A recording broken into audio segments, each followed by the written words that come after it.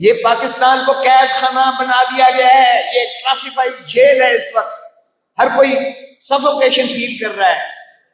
ایسے میں دھرتی ماں آپ ہی کو پکارے گی اور آپ ہی کو پکار رہی ہے. میں جو بھی وکلا ہیں پاکستان میں ان سے اپیل کرتا ہوں, خدا را آئین کے لیے کھڑے ہو جاؤ, رول آف لا کے لیے کھڑے ہو جاؤ, کیونکہ آئین کے بنا, رول آف لا کے بنا اس کالے کوٹ کے وجود کا کوئی فائدہ نہیں ہے. اتار دو کالے کوٹ کو, پھینک دو, اس کو پھاڑ دو.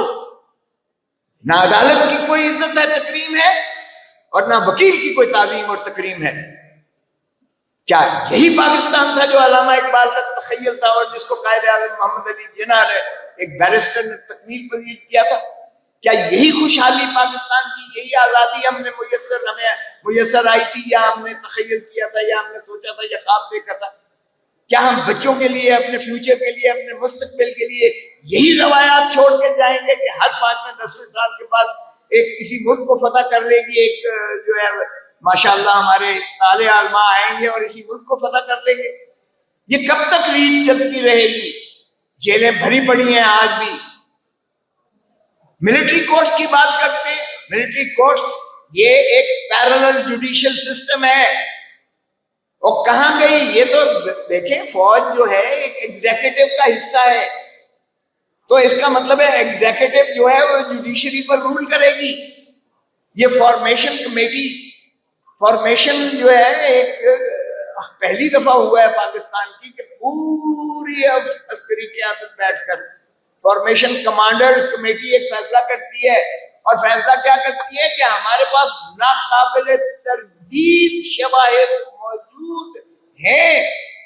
تو جب تم نے کہہ دیا ناقابل تردید شواہد تمہارے پاس موجود ہے, تو تمہارا جو ہے ایک بریگیڈیئر یا جنرل کو کیا فیصلہ کرے گا؟ وہ انصاف دے سکتا ہے؟ او بھائی, تم نے تو فیصلہ سنا دیا اور پھر تم نے ایگزیکیوشن بھی کر دی, ان کو اندر بھی کر دیا. تو پھر ملٹری کورٹس مذاق نہیں ہے. اور پھر ملٹری کورٹس جو ہے وہ پیرلل کورٹس, کیا وہ عدالت عالیہ اور عدالت عظمیٰ سے اوپر بیٹھے گی؟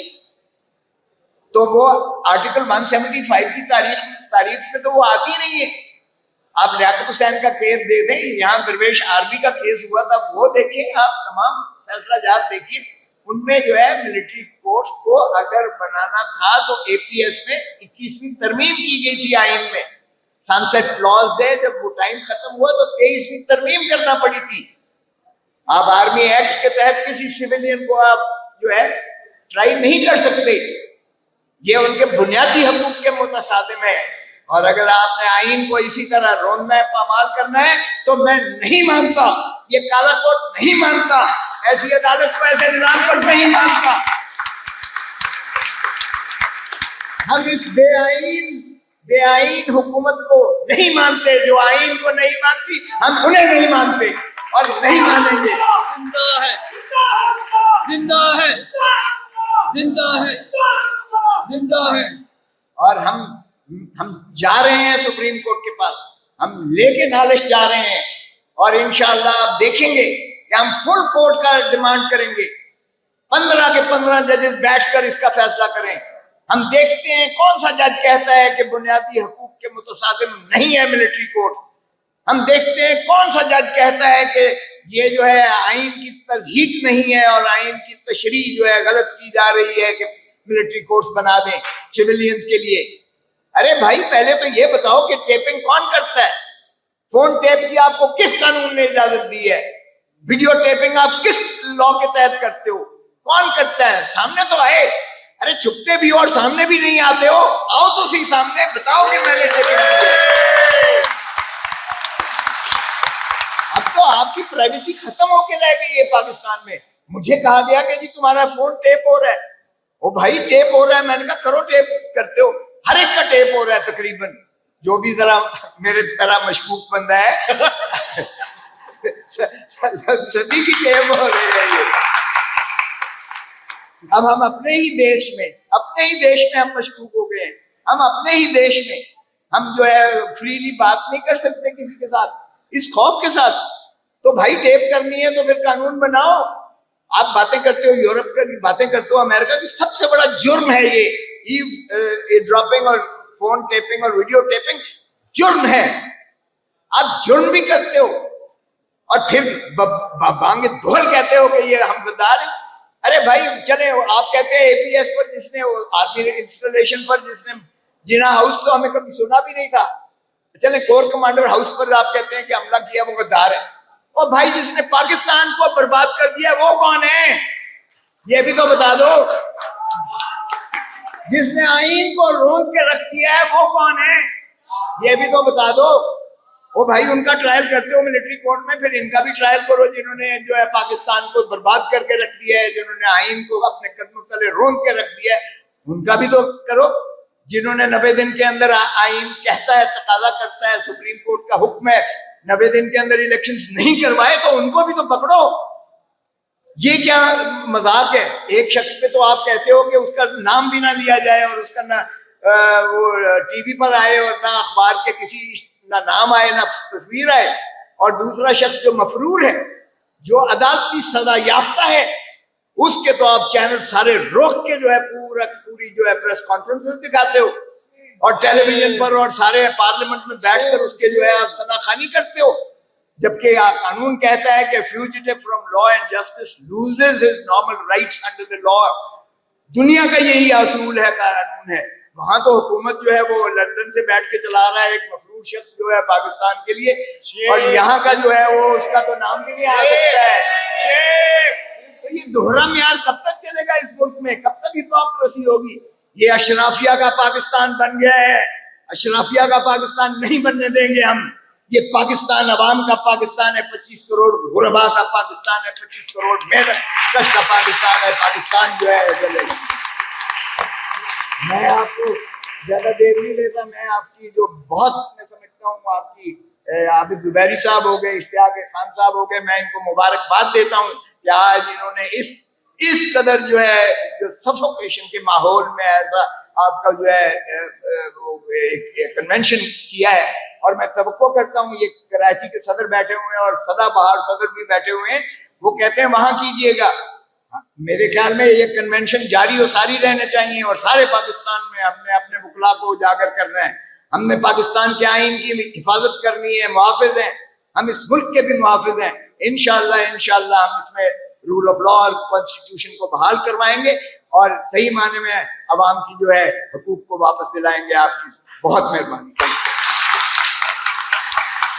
جی یہ تقریر آپ نے سن لی ہے, دیکھ لی ہے, فیصلہ آپ نے کرنا ہے. اجازت چاہتا ہوں. السلام علیکم, اللہ حافظ. پاکستان زندہ باد.